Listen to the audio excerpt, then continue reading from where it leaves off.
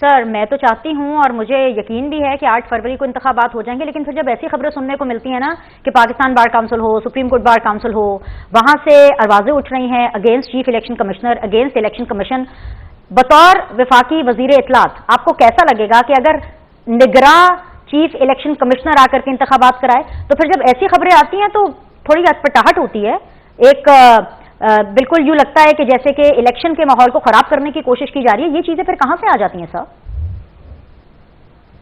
دیکھیں، جمہوریت جو ہے وہ عام طور پر ایک پرشور ایک فنامنل ہے۔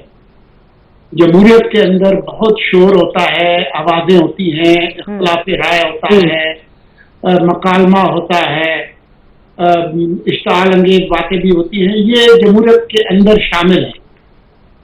جمہوریت جو ہے وہ کوئی آمرانہ نظام نہیں ہے جس میں ایک پارٹی ہے، ایک رہنما ہے، ایک ڈکٹیٹر ہے، وہ جو چاہتا ہے وہ اسی طرح سے ہوتا ہے۔ تو ہماری جو جمہوریت ہے وہ تو کچھ زیادہ ہی پرشور ہے اور ہمیشہ اس میں شور رہا ہے۔ تو اس لیے اب اگر کوئی کرتا ہے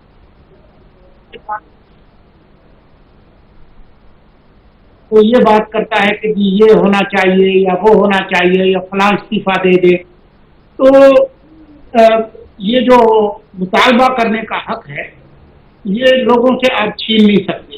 اس کا مطلب یہ نہیں ہے کہ تمام مطالبات جو ہے وہ پورے ہوں۔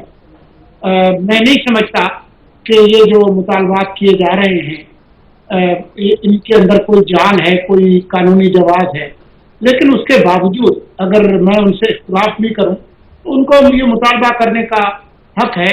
اسی ملک کے آئین نے ان کو یہ حق دیا ہے، وہ میں ان کو اس حق سے محروم نہیں کر سکتا۔